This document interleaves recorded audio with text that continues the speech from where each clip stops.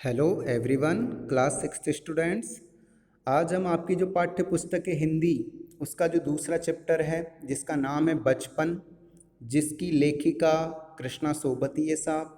प्रस्तुत जो ये आपके पाठ दिया गया है कृष्णा सोबती का बचपन, इसमें कृष्णा सोबती ने अपने बचपन की जो स्मृतियां हैं, अपने बचपन की जो यादें हैं, उन बचपन की स्मृतियों को, बचपन की यादों को इस प्रस्तुत पाठ के माध्यम से उन्होंने यहाँ पर प्रस्तुत किया है साहब। क्योंकि यहाँ पर जो कृष्णा सोबती है, जो आपकी पाठ की राइटर है, उन्होंने अपने बचपन को और अपना जो आज का समय है, उस आज के समय की और अपने बचपन के समय की यहाँ पर जो लेखिका है कृष्णा सोबती, वो तुलना करती है साहब। भाई हमारा बचपन का समय कैसा था और हमारा जो आज का समय है, प्रेजेंट टाइम का जो वर्तमान का समय है, वो कैसा है, उसमें किस प्रकार के परिवर्तन आए हैं। उन्हीं परिवर्तनों को यहाँ पर इस पाठ के माध्यम से कृष्णा सोबती ने प्रस्तुत किया है कि बचपन का समय हमारा कैसा था और हमारा जो आज का समय है, वर्तमान का जो हमारा समय है, वो कैसा है। तो हम शुरू करते हैं आपके ये पाठ। मैं तुम्हें अपने बचपन की ओर ले जाऊंगी। मैं तुमसे कुछ इतनी बड़ी हूँ कि तुम्हारी दादी भी हो सकती हूँ, तुम्हारी नानी भी, बड़ी बुआ भी, बड़ी मौसी भी। परिवार में मुझे सभी लोग जीजी कहकर ही पुकारते हैं। हाँ, मैंने इन दिनों कुछ बड़ा बड़ा यानी उम्र में सयाना अर्थात समझदार महसूस करने लगी हूँ। शायद इसलिए कि पिछली शताब्दी में, शताब्दी का अर्थ होता है साहब 100 वर्ष का समय, शायद इसलिए कि पिछली शताब्दी में पैदा हुई थी। मैंने पहनने ओढ़ने में भी काफ़ी बदलाव आए हैं। पहले मैं रंग बिरंगे कपड़े पहनती रही हूँ, नीला, जामुनी, ग्रे, काला, चॉकलेटी। अब मन कुछ ऐसा करता है कि सफ़ेद पहनूं, गहरे नहीं, हल्के रंग के। मैंने पिछले दशकों में तरह तरह की पोशाकें पहनी हैं। पहले फ्रॉक, फिर नीकर वाकर, स्कर्ट, लहंगे, गरारे और अब चूड़ीदार और घेरदार कुर्ते। अब आपके जो प्रस्तुत हमने अभी ये काव्यांश पढ़ा, इस काव्यांश में जो लेखिका है कृष्णा सोबती, वो क्या कह रही है साहब कि आज मैं बड़ी हो चुकी हूँ। अब वह किसी की दीदी, किसी की नानी, किसी की बड़ी बुआ, व किसी की बड़ी मौसी बन चुकी है। घर में उन्हें दीदी कहकर पुकारा जाता है। वह बच्चों को अपने बचपन से लेकर अब तक के पहनावे में होने वाले परिवर्तनों की जानकारी देते हुए कह रही है कि उसका जन्म पिछली शताब्दी में हुआ था, जिसके कारण उसे बड़ी होने की अर्थात उम्र के हिसाब से समझदार होने का एहसास हो गया है। शताब्दी बदल चुकी है साहब, और परिवर्तन संसार का शाश्वत क्या है, नियम है। अतः लेखिका के रहन सहन और पहनावे में भी क्या आ चुका है, परिवर्तन आ चुका है साहब। बचपन में बच्चों को चटक मटक वाले रंग बिरंगे कपड़े अच्छे लगते हैं। लेखिका भी बाल सुलभ स्वभाव से प्रभावित थी और नीले, जामुनी, ग्रे, काले, चॉकलेटी आदि रंग बिरंगे कपड़े वो अपने बचपन में पहना करती थी। अब बढ़ती उम्र के कारण लेखिका का मन हल्के रंग के कपड़े पहनने का करता है साहब, क्योंकि उम्र जो है अब वो ज़्यादा हो चुकी है। बचपन में बच्चे फ्रॉक, नीकर वाकर, स्कर्ट, लहंगे, गरारे आदि पसंद करते हैं। लेखिका भी इन सब से वंचित नहीं रही है, परंतु अब जब से वो समझदार हो गई हैं, तब से वह साधारण चूड़ीदार और घेरदार कुर्ते पहनती है। बचपन की उस रंगीन जिंदगी को वह आज भी याद करती है और पहनावे के कारण अपने आप को उम्र में बड़ी और समझदार वो समझने लगती है साहब। आगे बात करते हैं, आपका जो नेक्स्ट पैराग्राफ आ रहा है। बचपन के कुछ फ्रॉक तो मुझे अब तक याद हैं। हल्की नीली और पीली धारी वाला फ्रॉक, गोल कॉलर और बाजू पर भी गोल कफ, एक हल्के गुलाबी रंग का बारीक चुन्नटों वाला घेरेदार फ्रॉक, नीचे गुलाबी रंग का फ्रिल, फ्रिल का अर्थ यहाँ पर झालर से लिया गया सा। उन दिनों फ्रॉक के ऊपर की जेब में रुमाल और बालों में इतराते रंग बिरंगे रिबन का क्या था, चलन था। लेमन कलर का बड़े प्लेंटो वाला गर्म फ्रॉक जिसके नीचे फर टकी थी साहब। अब समझना है इसमें जो लेखिका है वो क्या कह रही है साहब कि लेखिका बचपन में पहने जाने वाली फ्रॉकों को याद करते हुए बता रही कि उसके पास एक हल्की नीली व पीली धारी वाली फ्रॉक थी। उसके कॉलर तथा बाजू पर भी गोल कप थे। इसके अलावा एक हल्के गुलाबी रंग का बारीक चुन्नटों वाला घेरदार फ्रॉक भी था, जिसमें नीचे गुलाबी रंग का फ्रिल था अर्थात झालर थी।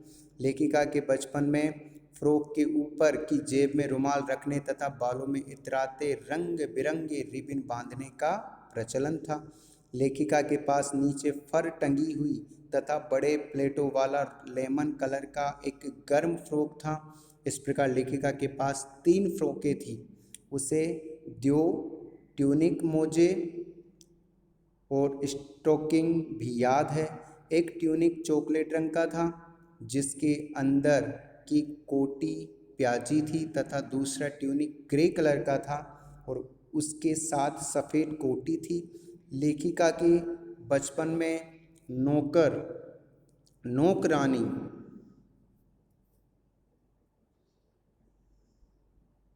लेखिका के बचपन में नौकर या नौकरानी से अपने मोजे धोने की सख्त मनाही थी। मतलब कि अपना काम स्वयं ही करना पड़ता था, इसलिए ये उसे खुद ही धोने पड़ते थे।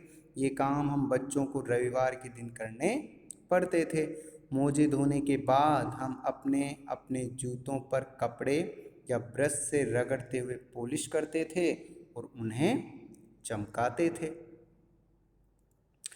आगे क्या कहती है साहब लेखिका?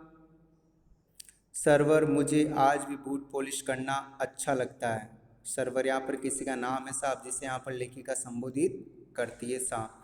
हालांकि अब नई नई किस्म के शू आ चुके हैं साहब, नई नई किस्म के जूते आ चुके हैं।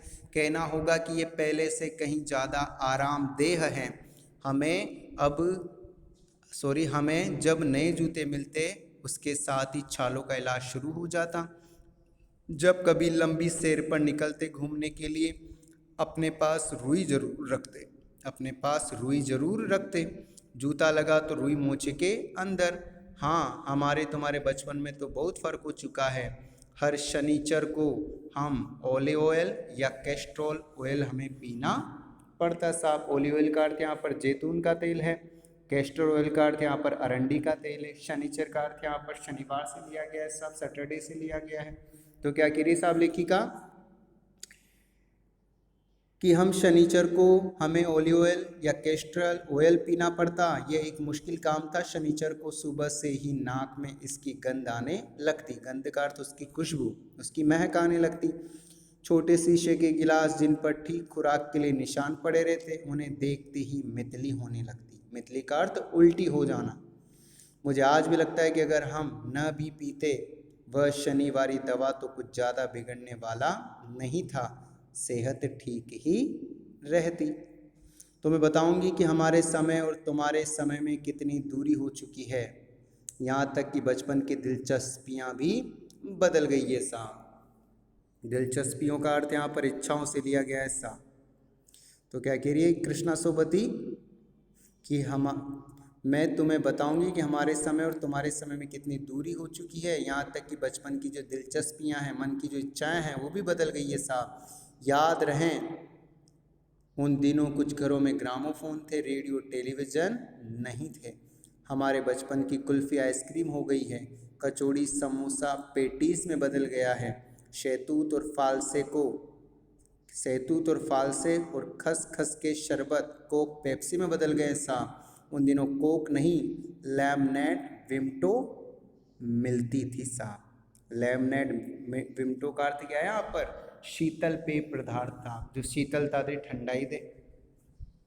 शिमला और नई दिल्ली में बड़े हुए बच्चों को वेंगर्स और डेविको रेस्तरां की चॉकलेट और पेस्ट्री मज़ा देने वाली होती साहब।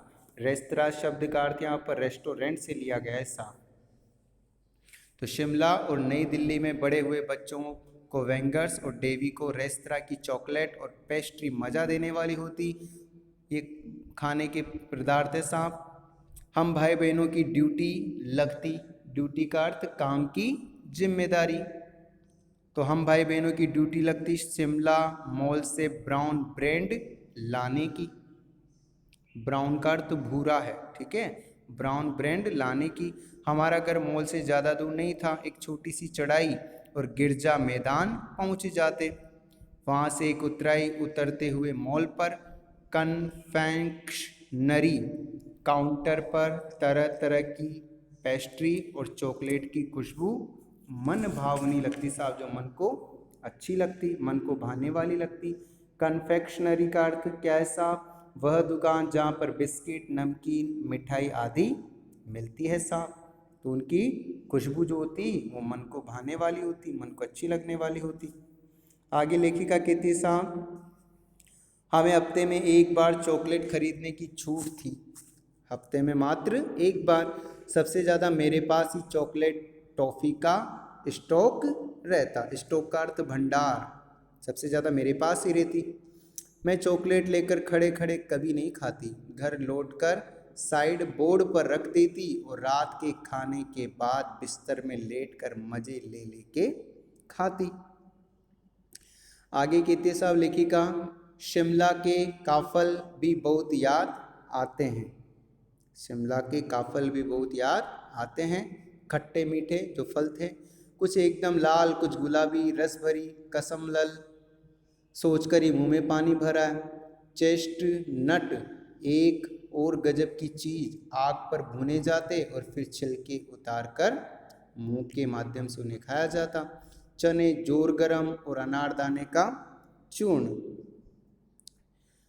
चने जोर गरम और अनारदाने का चूर्ण। हाँ, चने जोर गरम की पुड़िया तो तब भी थी, वह अब भी नजर आती है। पुराने कागजों से बनाई हुई इस पुड़िया में निरा हाथ का कमाल है। नीचे से तिरछी लपेटते हुए ऊपर से इतनी चौड़ी कि चने आसानी से हथेली पर पहुंच जाएं। एक वक्त था जब फिल्म का गाना चना जोर गरम बाबू में लाया मज़ेदार चना जोर गरम, यह गाना उन दिनों स्कूल के हर बच्चे को आता था। कुछ बच्चे पुड़िया पर तेज मसाला भुरकवाते, पूरा गिरजा मैदान घूमने तक ये पुड़िया चलती।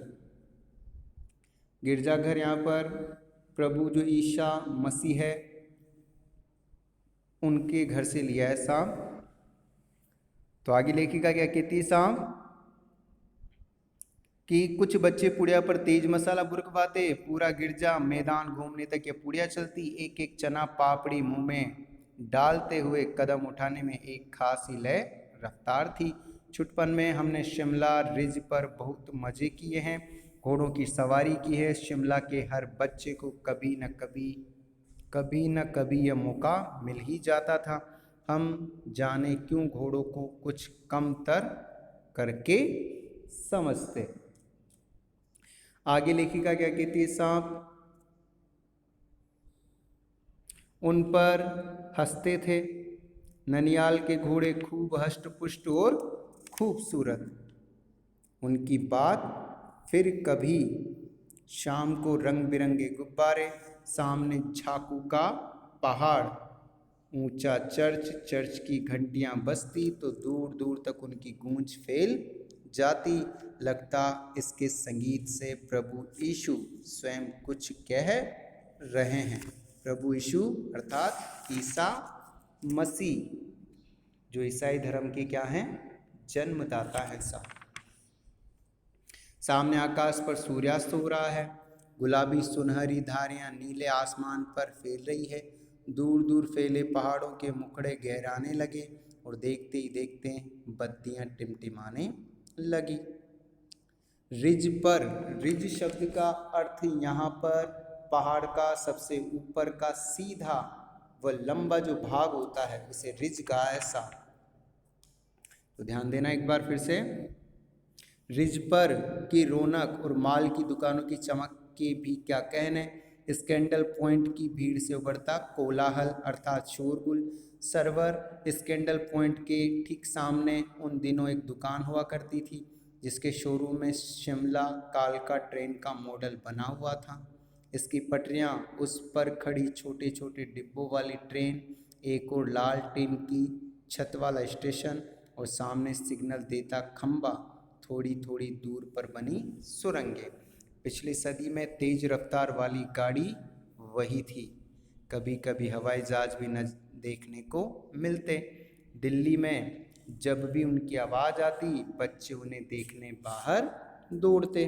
दिखता एक भारी भरकम पक्षी उड़ा जा रहा है पंख फैलाकर, यह देखो, और वह गायब। उसकी स्पीड ही इतनी तेज लगती। हाँ, गाड़ी के मॉडल वाली दुकान के साथ एक और ऐसी दुकान थी जो मुझे कभी नहीं भूलती। यह वह दुकान थी जहाँ मेरा पहला चश्मा बना था। वहाँ आँखों के डॉक्टर अंग्रेज थे। आगे लेखिका कहती है, साहब कृष्णा सोबती, शुरू शुरू में चश्मा लगाना बड़ा अटपटा लगा साहब। शुरू में मुझे चश्मा लगाना बड़ा अटपटा लगा। छोटे बड़े मेरे चेहरे की ओर देखते और कहते, आंखों में कुछ तकलीफ़ है, इस उम्र में ऐनक, दूध पिया करो। मैं डॉक्टर साहिब का कहा दोहरा देती, कुछ देर पहनोगी तो ऐनक उतर जाएगी। वैसे डॉक्टर साहिब ने पूरा आश्वासन दिया था, आश्वासन मतलब दिलासा देना, लेकिन चश्मा तो अब तक नहीं उतरा, नंबर बस कम ही होता रहा। मैं अपने आप इसकी जिम्मेवार हूँ। जब आप दिन की रोशनी को छोड़कर रात में टेबल लैंप के सामने काम करेंगी तो इसके अलावा और क्या होगा। हाँ, जब पहली बार मैंने चश्मा लगाया तो मेरे एक चचेरे भाई ने मुझे छेड़ा, देखो देखो कैसी लग रही है। आँख पर चश्मा लगाया ताकि सूझे दूर की, अर्थात दूर का दिखाई दे। यह नई लड़की को मालूम सूरत बनी लंगूर की। लंगूर का अर्थ यहाँ पर बंदर से लिया जा रहा है सांप, क्योंकि यहाँ पर लेखिका को बंदर कहकर चिढ़ाया जा रहा है। सांप आँख पर चश्मा लगाया ताकि सूझे दूर की, अर्थात वे दूर का दिखाई दे। यह नई लड़की को मालूम सूरत बनी लंगूर की, लेकिन उनकी सूरत किसके समान लगी भाई, उनकी सूरत बंदर के समान बता रहे हैं उनके जो दूसरे फ्रेंड्स हैं, दूसरे जो उनके मित्र हैं। मैं खींची, खींचना अर्थात चिढ़ जाना। मैं खींची कि मुझ पर यह क्यों दोहराया जा रहा है, पर शेर बुरा न लगा। जब वह चाय पीकर चले गए तो मैं अपने कमरे में जाकर आईने के सामने खड़ी हो गई। कई बार अपने को देखा, ऐनक उतारी, फिर पहनी, फिर उतारी, देखती रही, सूरत बनी लंगूर की, नहीं नहीं नहीं, हाँ हाँ हाँ। आगे लेखिका कहती है, साहब मैंने अपने छोटे भाई का टोपा उठाकर सिर पर रखा। कुछ अजीब लगा, अच्छा भी और मजाकिया भी लगा। तब की बात थी, अब तो चेहरे के साथ घुल मिल गया है चश्मा। जब कभी उतरा हुआ होता है तो चेहरा खाली खाली लगने लगता है। किसके बिना? चश्मे के बिना। याद आ गया वो टोपा, काली फ्रेम का चश्मा और लंगूर की सूरत। हाँ, इन दिनों शिमला में मैं सिर पर टोपी लगाना पसंद करती हूँ। मैंने कई रंगों की जमा कर ली है, कहाँ दुपट्टों का ओढ़ना और कहाँ सहज सहल सुबीते वाली हिमाचली टोपियाँ। सहज सहल शब्द का अर्थ यहाँ पर सरल सीधी से लिया है साहब। सुबीते शब्द का अर्थ होता है आरामदायक, सुगम। ठीक है साहब, आगे बात करते हैं आपके प्रश्न उत्तर की। आपके जो पहला प्रश्न आ रहा है आपके, तो पहला प्रश्न आ रहा है आपके, उम्र बढ़ने के साथ साथ लेखिका में क्या क्या बदलाव हुए, पाठ से मालूम करके लिखिए साहब। पहला प्रश्न जो आपके दिया गया है, उस पहले प्रश्न में आपसे पूछा जा रहा है कि उम्र बढ़ने के साथ साथ लेखिका में क्या क्या बदलाव हुए, इस पाठ के आधार पर लिखिए साहब। तो हमारा उत्तर क्या होगा साहब? हमारा उत्तर होगा कि लेखिका बचपन में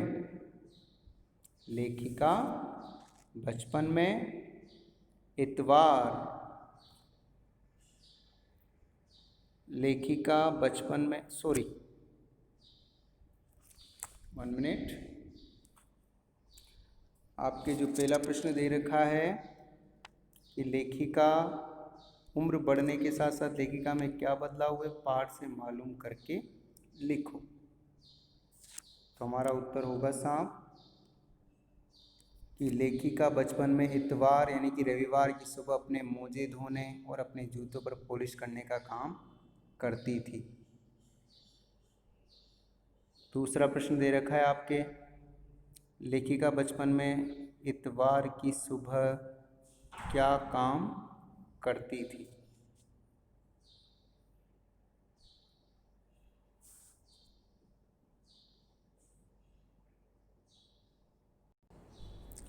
तो आपके जो पहला प्रश्न है साहब, पहले प्रश्न में आपके सामने दे रखा है कि उम्र बढ़ने के साथ साथ लेखिका में क्या क्या बदलाव हुए, पाठ से मालूम करके लिखो। तो हमने जो फर्स्ट पैराग्राफ पढ़ा था इस चैप्टर का, उस फर्स्ट पैराग्राफ में आपका इस प्रश्न का उत्तर है साहब। इस प्रश्न का उत्तर क्या हो जाएगा कि लेखिका का जो रहन सहन था और उसका जो पहनावा था उसमें परिवर्तन आ गया था। बचपन में बच्चों को चटक मटक वाले रंग बिरंगे कपड़े अच्छे लगते हैं। लेखिका भी बाल सुलभ स्वभाव से प्रभावित थी और नीले, जामुनी, ग्रे, काले, चॉकलेटी आदि रंग बिरंगे कपड़े पहना करती थी। अब बढ़ती उम्र के कारण लेखिका का मन हल्के रंग के कपड़े पहनने का करता है। गहरा रंग बीते हुए बचपन को भी गहरा रंग बीते हुए बचपन की तरह पीछे छूट गया है। अतः अब सफ़ेद कपड़े अधिक पसंद आने लगे हैं और लेखिका सफ़ेद कपड़े पहनने लगी है। बचपन में बच्चे फ्रॉक, निकर वाकर, स्कर्ट, लहंगे, गरारे आदि पसंद करते हैं। लेखिका भी इन सबसे वंचित नहीं रही है, परंतु अब जब वो समझदार हो गई है तब से वह साधारण चूड़ीदार और घेरदार कुर्ते पहनती है। बचपन की उस रंगीन जिंदगी को वह आज भी याद करती है और पहनावे के कारण अपने आप को उम्र में बड़ी और समझदार समझने लगती है। अब आपके जो दूसरा प्रश्न दे रखा है कि लेखिका बचपन में इतवार की सुबह क्या क्या काम करती थी, तो इसका उत्तर क्या हो जाएगा साहब? लेखिका बचपन में इतवार अर्थात रविवार की सुबह अपने मोजे धोने और अपने जूतों पर पॉलिश करने का काम करती थी साहब। ठीक है। तीसरा प्रश्न आपके दे रखा है कि तुम्हें बताऊंगी कि हमारे समय और तुम्हारे समय में कितनी दूरी हो चुकी है। यह कहकर लेखिका क्या क्या बताती है। तो हमारा उत्तर क्या होगा साहब कि लेखिका बताती है कि उनके समय में कुछ घरों में ग्रामोफोन होते थे, रेडियो और टेलीविज़न नहीं थे। उनके समय में मिलने वाली कुल्फ़ी अब आइसक्रीम हो गई है, कचौड़ी समोसे पेटीज़ में बदल गए हैं, शहतूत, फालसे और खसखस के शरबतों की जगह अब कोक और पेप्सी आ गई है। पहले कोक की जगह लेमनेड और विम्टो चलती थी, अर्थात शीतल पेय पदार्थ। फोर्थ प्रश्न दे रखा है आपके साथ, पाठ से पता करके लिखो कि लेखिका के चश्मा लगाने पर उनके चचेरे भाई उन्हें क्यों छेड़ते थे। तो आंसर क्या होगा साहब कि लेखिका को चश्मा इसलिए लगाना पड़ा क्योंकि वे रात में टेबल लैंप के सामने बैठकर काम करती थी। चश्मा लगाने पर लेखिका का चेहरा अजीब सा लगता था, इसलिए उनके चचेरे भाई उन्हें चिढ़ाते हुए कहते, क्या कहते साहब, आँख पर चश्मा लगाया ताकि सूझे दूर की, यह नहीं लड़की को मालूम सूरत बनी लंगूर की। इस प्रश्न का उत्तर हो जाएगा साहब। नेक्स्ट आपके जो प्रश्न दे रखा है, लेखिका बचपन में कौन कौन सी चीज़ें मज़ा ले लेकर खाती थी, उनमें से प्रमुख फलों के नाम भी लिखो। तो आंसर हो जाएगा साहब, लेखिका बचपन में चॉकलेट और कई तरह के फल, चने जोर गरम और चेस्टनट मज़ा ले लेकर खाती थी। शिमला के काफल, रसभरी, कसमल आदि फल उन्हें अच्छे लगते थे साहब। ये आपके यहाँ पर पांचों प्रश्नों के उत्तर हो गए साहब। ठीक है साहब, आज के लिए इतना ही। धन्यवाद।